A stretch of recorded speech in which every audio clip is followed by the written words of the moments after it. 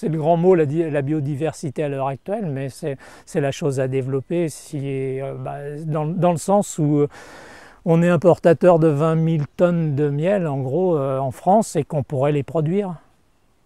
On est capable de les produire, on a tout ce qu'il faut pour les produire, mais c'est une volonté de vouloir faire ce qu'il faut, c'est-à-dire des jachères apicoles pour arriver à se produire ces 20 000 tonnes.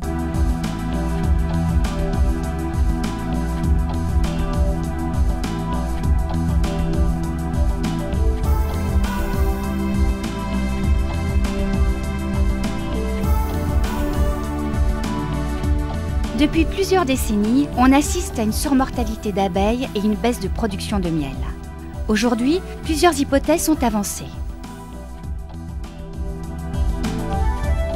Pour le moment, on ne sait pas dire très précisément de quoi elle meurt. Ce qu'on peut imaginer, c'est que c'est un ensemble de facteurs qui se cumulent. On peut expliquer ça en trois parties. 1. La biologie. 2. La pathologie de l'abeille, les parasites, les maladies. Et troisième, la toxicologie, l'utilisation des pesticides dans l'environnement en général.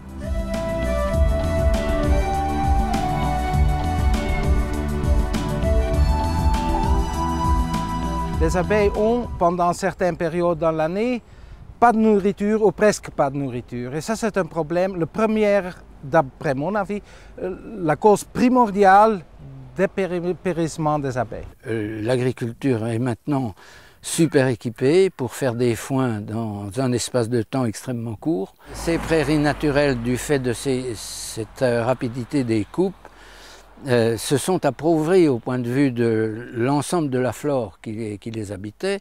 On ne retrouve plus la même flore, du moins pas en quantité comme on l'a trouvé à cette époque-là. Entre 2005 et 2006, les publications comme celle de l'Université de Gembloux en Belgique se sont succédées. Elles ont confirmé le caractère multifactoriel du phénomène de dépérissement des colonies d'abeilles, corroborant les conclusions de 2002 de l'unité abeilles de l'AFSA. Parmi les différentes hypothèses, la diminution des ressources polliniques et nectarifères, c'est-à-dire l'appauvrissement de la biodiversité florale, constitue un facteur essentiel du dépérissement des colonies d'abeilles et autres insectes pollinisateurs. Pour que les abeilles d'hiver vivent correctement, il leur faut une nourriture tout à fait choisie en matière de pollen. Il faut que les abeilles qui vont passer l'hiver soient capables de vivre pendant 5 mois pour arriver à faire la jonction avec les temps les plus favorables de l'année suivante qui permet le développement des colonies. Or, si les abeilles ne sont pas nourries au mois d'août avec une alimentation de choix, et principalement en ce qui concerne les pollens, ça veut dire que ces abeilles-là ne vont pas être capables de durer assez longtemps pour vivre jusqu'à ce qui serait la reprise de la ponte par la reine au printemps suivant. Si on n'a pas suffisamment de pollen, alors la colonie va s'adapter. Ça veut dire que la reine arrête avec pondre des œufs et que les abeilles jeunes, qui aiment bien d'avoir suffisamment de protéines, viennent de manger les petites larves et les œufs. Comme ça, le nombre d'abeilles nouveau-nées sera régulé. Avec du pollen mauvais, la reine reste à pondre des œufs. On obtient une colonie relativement nombreuse, mais avec des nouveau-nés qui sont relativement faibles, qui n'ont que 4 semaines de longévité, c'est-à-dire les abeilles vont mourir relativement vite. Du mauvais pollen, ce sont surtout des pollens des monocultures et le pollen n'est pas un pollen suffisamment nutritif pour les abeilles.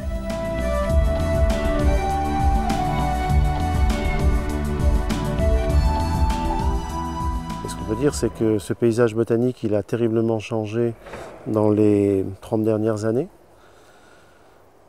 Et que si on est capable de le modifier d'une manière négative, on peut être aussi capable de le modifier d'une manière positive. Et donc, par rapport à ça, l'utilisation des jachères pour constituer une ressource nouvelle, complémentaire pour les abeilles, est une opportunité absolument extraordinaire.